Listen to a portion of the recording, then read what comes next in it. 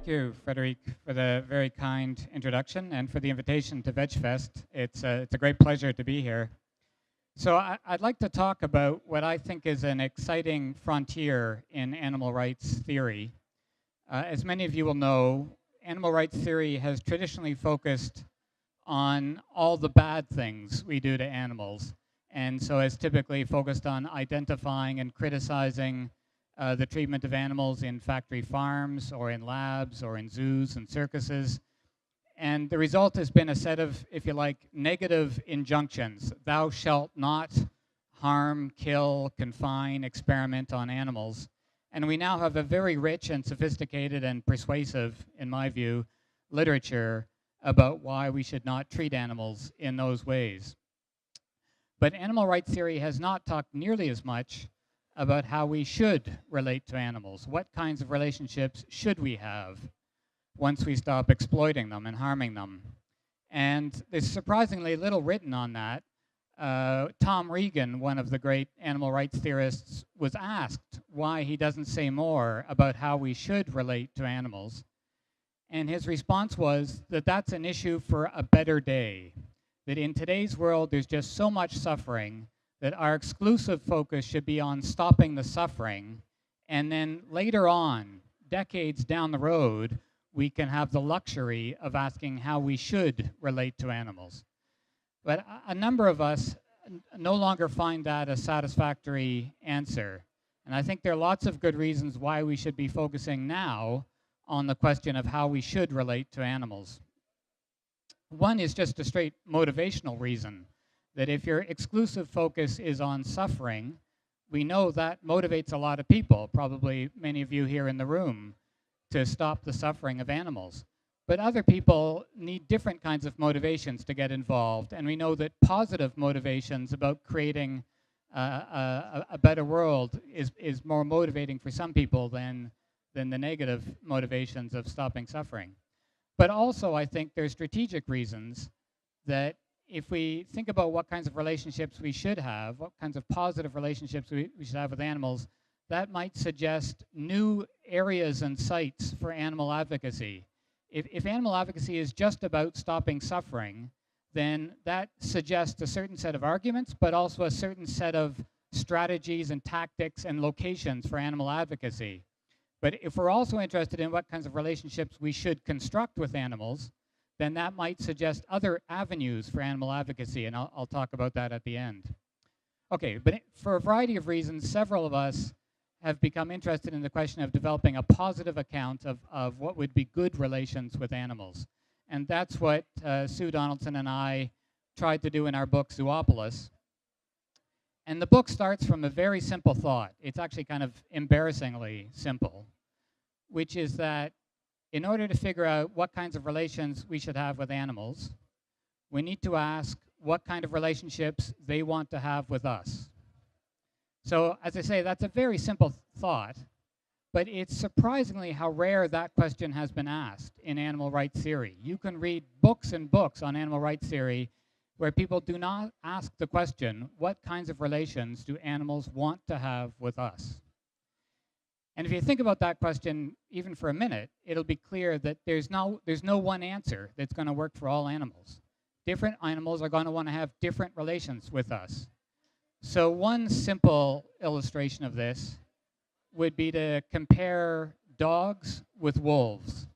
So as you all know, dogs are domesticated wolves.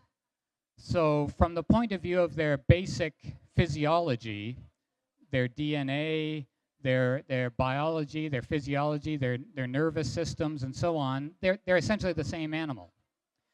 But wolves are going to want to have very different relations with humans than dogs are. In the case of wolves, they basically don't want to have any relations with us. They want to be left alone. They want to live freely in their own wolf societies, in their own wolf packs, if you like. They want to live freely on their own habitat. And they just want us to leave them alone. But if we applied that to dogs, then if we severed relationships with dogs overnight, most of them would die because dogs have been bred to be dependent on us.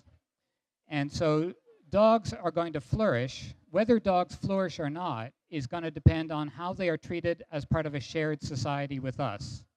They're going to flourish or not depending on the quality of our relationships with them. So how do we make sense of this difference between dogs and wolves?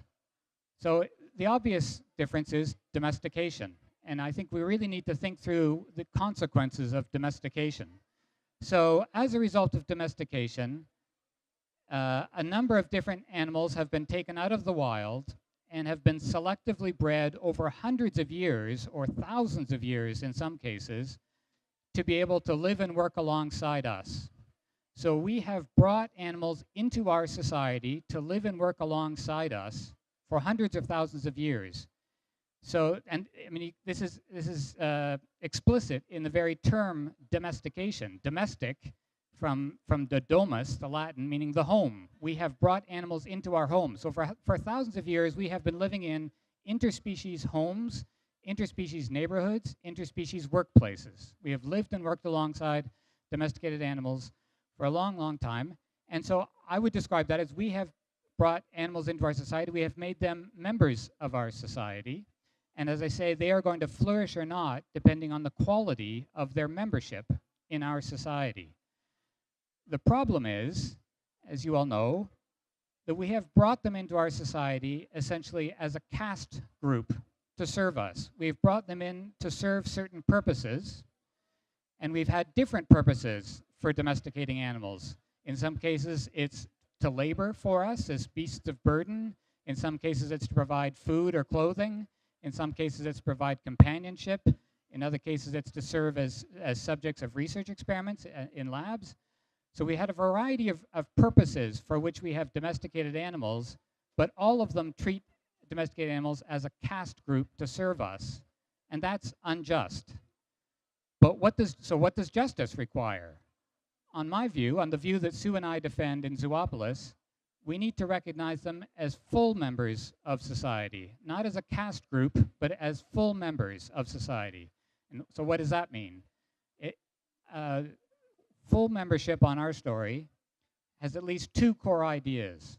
The first is that having brought them into our society, the society now belongs to them as much as it does to us. So that's the first idea. This shared society that we have built with domesticated animals, it belongs to them as much as it belongs to us. Society belongs to all its members equally. And secondly, because society belongs to them as much as it belongs to us, the rules that govern our shared social life should be as responsive to their interests as to our interests. So in deciding what are the laws, the rules, the norms, the customs, the practices that govern our shared social life, we need to be soliciting and responsive to their preference as much as to human preferences about what this shared social life will be. So those are the two core ideas of full membership. And in the human case, the category we use to designate full membership is citizenship. So the legal and political category we use to describe someone as a full member in this sense, that society belongs to them as much as to anyone else and that their interests should count in determining the common good, is citizenship. So our proposal in Zoopolis is that we should define domesticated animals as our co-citizens. Literally, they should be co-citizens of a shared society. And so what would that mean concretely? So in everyday parlance, we think of citizenship as involving a mixture of rights and responsibilities. And so similarly with domesticated animals, we could think about the rights and responsibilities of their co-citizenship. So in terms of rights, we have a very long discussion in Zoopolis, a long catalog of rights, but let me just focus on two. One, so we're all Canadians here, I think, right? So in Canada, one of the rights of citizenship is public health care, and I think there should be a publicly funded system of health insurance for domesticated animals as there is for humans. So that's an example of a membership right that I think should be accorded to domesticated animals. But another right is a right to political representation. As I say, their interests should count as much as others in determining the rules that govern our shared society. And so we need to reorganize our political system in order to give a voice to the interests of domesticated animals. across a very wide range of policy issues. So those are some of the rights of citizenship. We can also think about some of the responsibilities of citizenship. So one responsibility of citizenship is that we need to learn, we all need to learn, all members of society need to learn how to live sociably with others. That is, we need to learn how to flourish in a way that's consistent with the flourishing of others. And so that means we need to learn not to aggress against others, not to terrorize others, or to harm them, or to intimidate them. And so human members need to learn how to act sociably in a shared society without harming or aggressing or terrorizing against animals. But so too, domesticated animals need to learn, need to be socialized to be able to live peaceably with humans and not to harm or intimidate humans. And of course, this is what we do all the time, but it's what's needed for us to live sociably together, is to learn these basic rules of civility of a shared society. This is what makes a shared social life possible, is that we are socialized into these norms of civility or sociability. A second responsibility of citizenship is to contribute in some ways to the common good of this shared society. And you can think of this as a responsibility that in return for the benefits of being a member of society and the membership rights that come with it, you should also contribute in some way to the common good. But I myself tend to think of this as a right of membership as well as a responsibility. That's to say, I think that a good society should find ways for all of its members to contribute in ways that are compatible with their interests and inclinations. I think this is something that society owes its members, is to find ways for everyone, whatever their linguistic or cognitive skills or capacities, we need to find ways for all members, human and animal, to contribute to the common good. I think this is a feature of a good society, is that all of its members will want to contribute to the common good, and a society will provide avenues for everyone to contribute to the common good. Okay, so this is just a very crude sketch of our picture of what justice requires for domesticated animals. And again, this includes companion animals, farmed animals, lab animals, any animal that we have taken out of the wild and selectively bred to live and work alongside us, which we currently treat as a caste group, but which justice requires we treat as full members, and such that society belongs to them as much as to us. So I should note that this link between domestication and citizenship, so domestication means membership, full membership means citizenship, that on our story, domestication makes citizenship both necessary and possible.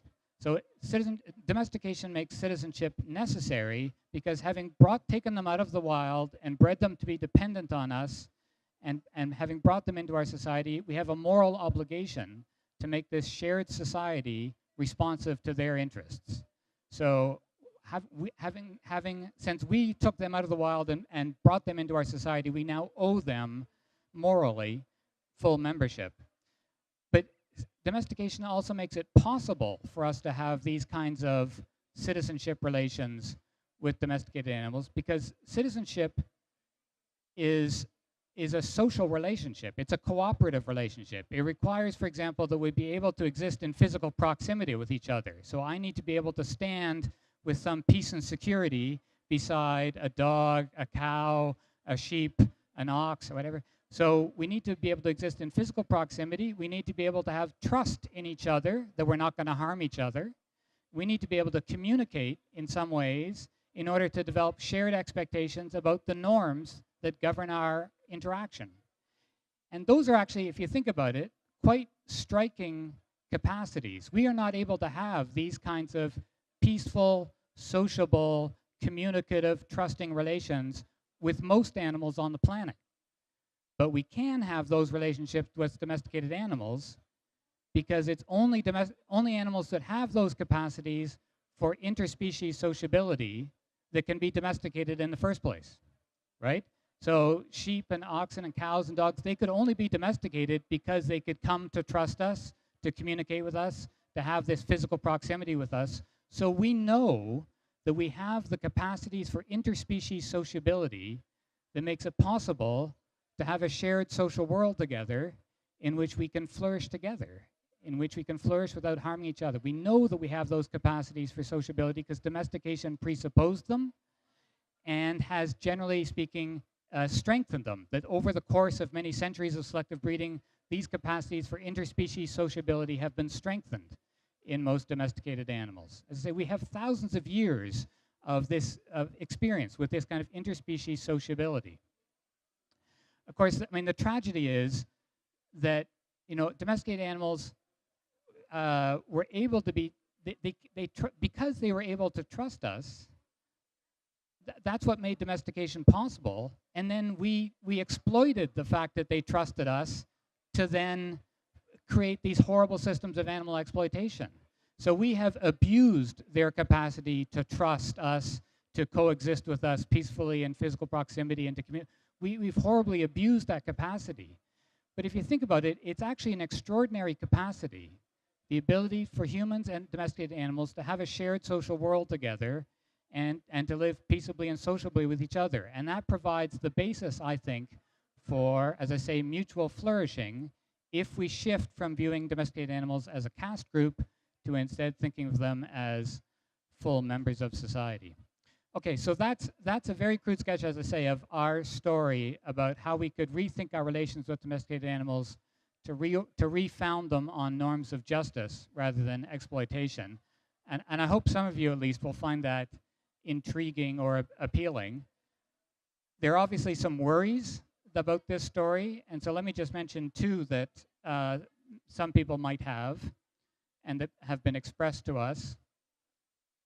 So one worry, and this is a very familiar worry in a lot of animal rights debates, is people wonder if there's a kind of anthropocentrism going on here, because citizenship is a human category, and it sounds like we're trying to get animals to fit into this pre-existing human category, and isn't this yet just another example of humans imposing our logic, our categories on animals? And obviously that's a very important worry that arises in many fields and is important to take seriously. But I think citizenship is actually interesting in this regard, because just remember, the problem we're trying to solve is that we need to find out how animals want to relate to us. That's the question we're trying to answer. And so we need a category that imposes on us a duty to ask, what do they want? And that's what citizenship does. Citizenship, as I say, is an acknowledgement of full membership. One of the rights of membership is to have a say over the terms of the norms that govern our shared social life. So if we think about domesticated animals as our co-citizens, what that means is they have a right to shape the shared norms that govern our society. So recognizing them as citizens, that category of citizenship is in this respect kind of unique in imposing on us a duty to ask what kind of relationship, what kinds of activities, what kinds of cooperation do they want to have with us. If in Habermasian terms, recognizing someone as a co-citizen means to recognize that they have the right to co-author our relationship. And so I think citizenship has a virtue in that respect. It's not so much about imposing a set of norms on them, it's on the opposite, giving them the power, recognizing their right to shape the shared norms of our shared social world. A different worry people have about the citizenship story is that it's just utopian.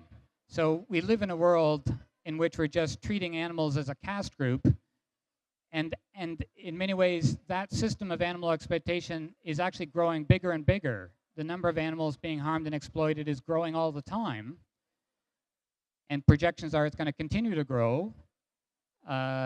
So, what's the point? What's the point of us speculating and trying to refine some picture of what justice would look like at treating domesticated animals as co-citizens when we're so very far from such a world? Isn't that just a kind of idle? Isn't that just an idle waste of time to be speculating about what such a just model of relationships would look like? This of course was Tom Regan's argument way back in the 1970s. So let's save that for a better day. Why are we wasting our time today thinking about what those just relationships would look like.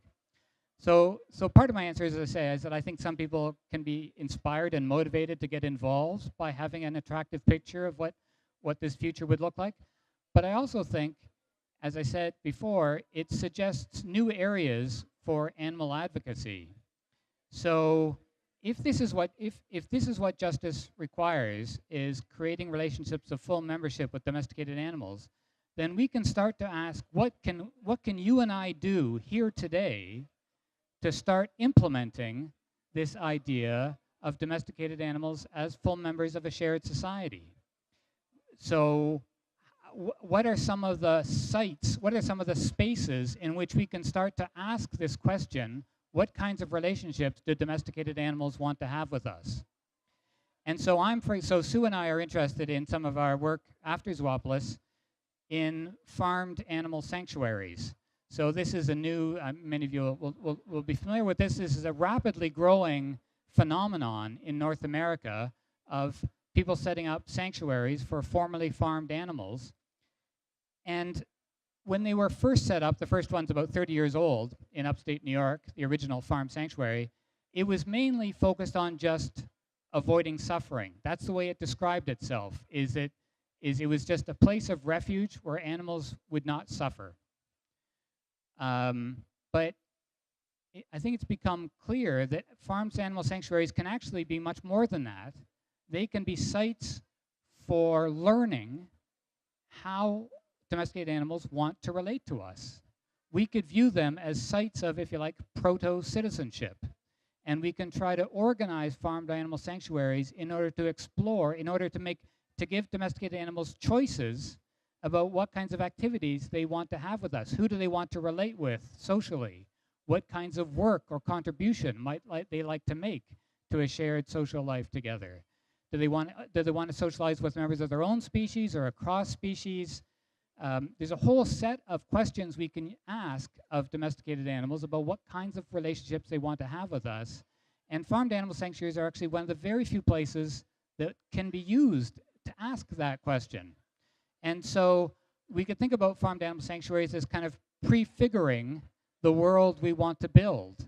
And we can learn here today what some of the challenges will be in building just relations with domesticated animals when we view them as full members.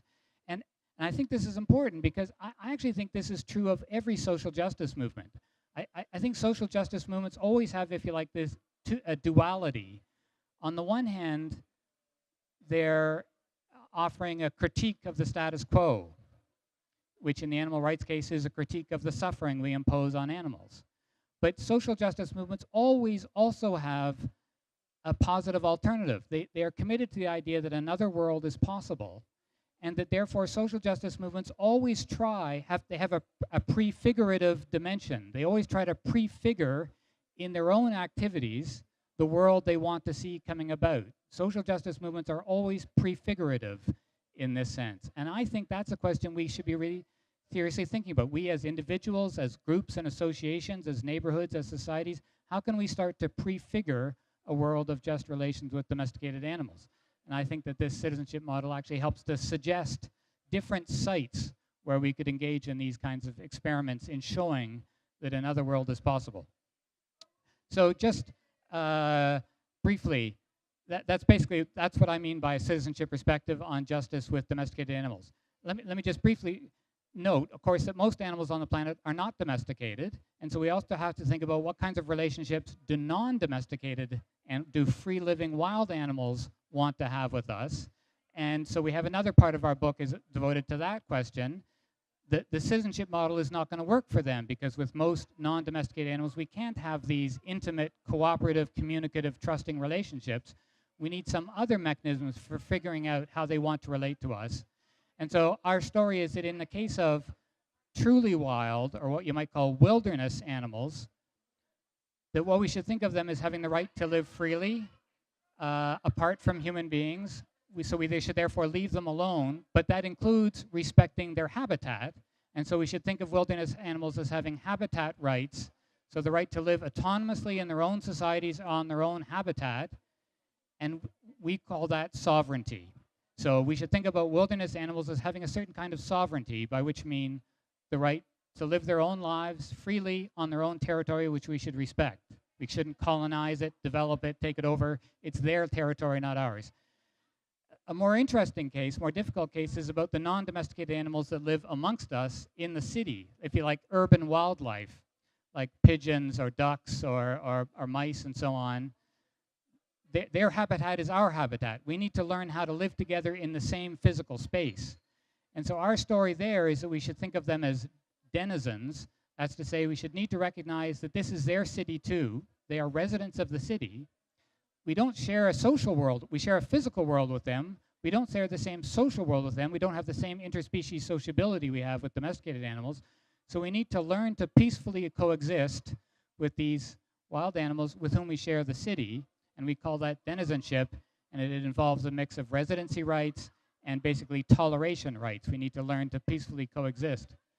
So that's probably too cryptic to make much sense, but the point of all of these different stories is that we need to think about creating legal and political statuses for animals that will force us to be attentive to what kind of relationship they want to have with us. And I think this will span the gamut from wanting to be left alone, as in the case of wilderness animals who really cannot flourish if we're anywhere near them, through these liminal urban